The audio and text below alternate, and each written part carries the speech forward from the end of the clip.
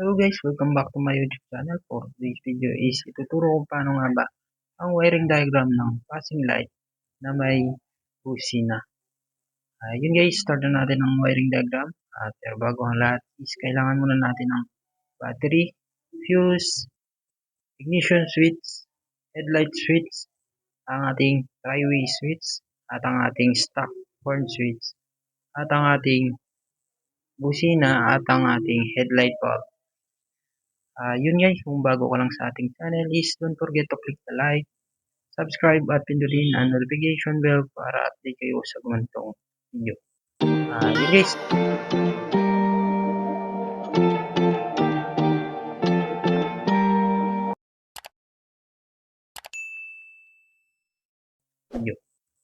Yun guys, start na natin ang wiring and diagram. First is, punta tayo dito sa ating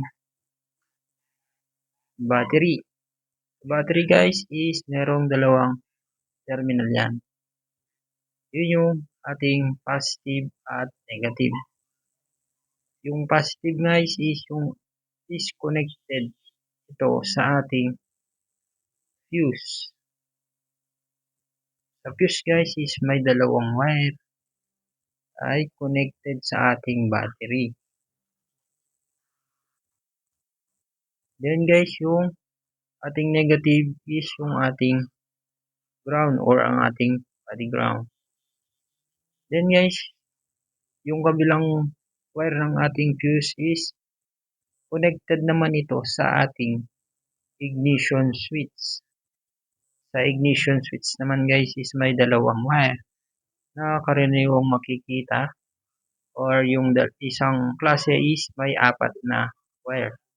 Is focus lang tayo dito sa ating 2-wire na ignition switch guys, na karaniwang makikita is black and red. Yun guys, yung isa is ating accessory wire, yung ating kulay black. Then guys, punta naman tayo dito sa ating horn. Sa horn guys is may dalawang terminal. Karaniwan is makikita natin is kulay black and green. Ganun. Then guys, yung black is ang ating ground or ang ating negative. Nakatouch ito sa ating chassis. Then guys, yung isa is connected naman ito sa ating stock horn.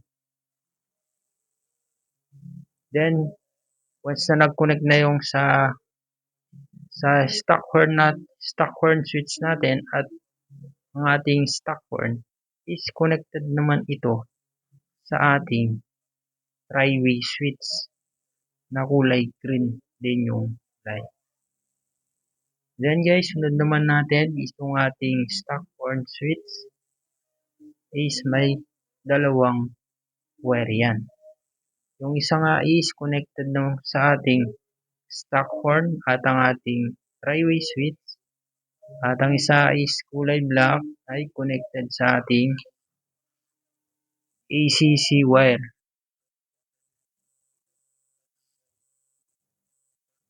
Yun guys, punta naman tayo dito sa ating headlight bulb. Sa headlight bulb guys is meron tayong tatlong wire dyan. Yung isa is ang kanyang negative or ang ating body ground na kulay black yung kulay niya guys. Then yung isa is kulay yellow and kulay blue. Yun yung isa guys is yun yung ating high or ang ating high beam at low beam yung isa. Then guys, connected naman ito sa ating tri-way switch na kulay yellow din yung kulay. Then guys, yung sa is connected din sa ating tri-way switch.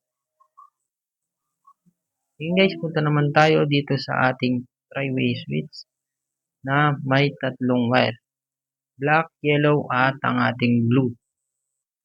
Yung blue guy is connected sa ating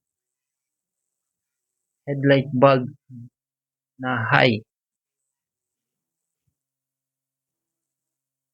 Then yung yellow is connected naman na ating low beam sa ating headlight. Then guys, yung black is connected sa ating headlight switch.